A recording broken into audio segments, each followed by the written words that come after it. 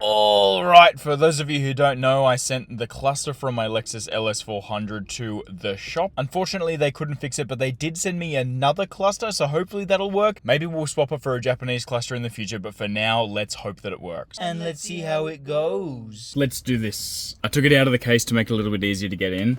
I'm just testing it right now. I'm not installing it, so this should be fine. It's got this huge, like, rectangle that's connected to the, like, main circuit board. I don't know what it is or why it's there. Like, what is its purpose? This should not have any functional benefit at all to this system. Probably should have left it in the case. Yeah, I will. I'm gonna do that. It's too difficult to keep it all protected. I'm just gonna do it. Put it back. Okie dokie. How the fuck did I get this in here? Okay. Holy shit. Alright, there we go.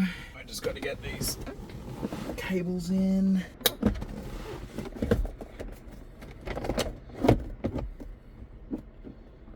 Oh my god, a cluster back. That's rare. Okay. Ooh, looks like the speedo's working. Nice. Let's go for a quick drive. Nah. You can see it's not working. Nah, no good. Ah, well, that sucks. Good try anyway. We'll put the American one in and see how that goes, but yeah, this one's a no-no. Okay, this cluster did not work. The speedo is broken. The fuel gauge is broken now, which is, it wasn't before, which is a bummer, but that's all right. They're pretty old, so I'm not really super worried about it.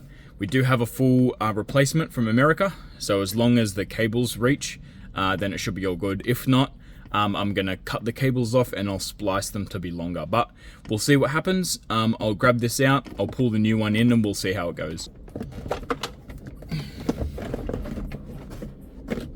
I've got the new cluster here. I'll flip it around and I'll show you. These clips are all the same, all of these plugs. There's only one issue. This green plug on the Japanese and Australian models is on this side. The grey plug is on this side, and these two are swapped.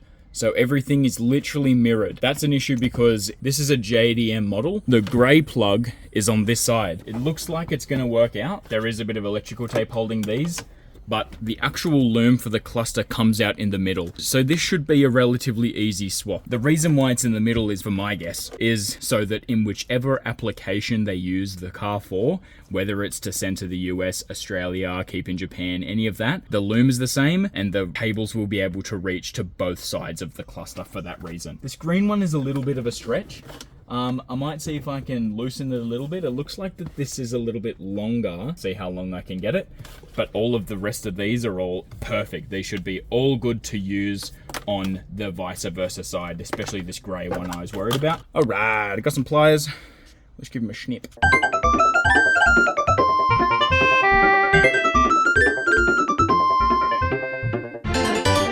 I tried to do a little bit of fan-doodling with this green cable just here, if you can see it. It attaches all the way in the back over here, and it's just not long enough to reach on the other side. So I've got a soldering iron, got some really thick wire.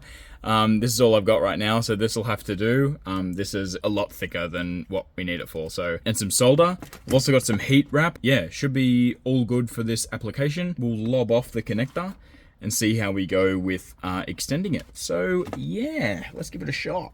It's a bit later in the day. I've got this cable extended all the way out here. It's a fair bit longer, about 20 centimeters, I think about is what I did. Had a few complications. My soldering iron broke. Now that that's all out of the way, green's on this side, gray is all the way on the right-hand side, orange is in the middle right, and blue's in the middle left. You'll see me struggle with this in a second, but both clusters, though look symmetrical, are slightly unsymmetrical and are both completely different shapes, so the US version will not work in this JDM model. I ended up snipping some plastic parts off the JDM housing and putting it on the USDM one, and it ended up working okay. Alright, we're all plugged in. Let's turn the key, see if it works. The door open light just turned on, which is good, so something is working as it should.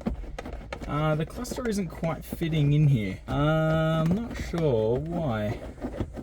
Oh, maybe I'm just not fan-doodling it enough. Anyway, let's just test it for now. Airbag lights on. Okay. Fuel works. Turn this off. 132,000 miles. That's not good. How are we going to fix that? Maybe I'll be able to fix it. We'll have to plug in this first because this has the buttons on it. So it must be a setting within the cluster, which is cool. Let's just go around the block and we'll see if the speed works.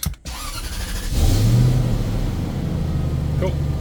All right, you can see the speed's working. Hectic. The inside is going to be kilometers and the outside is miles. So it's going to be something I'm going to have to be careful of. Oh, something stops hanging from the bottom of my car. That's okay. So that's cool.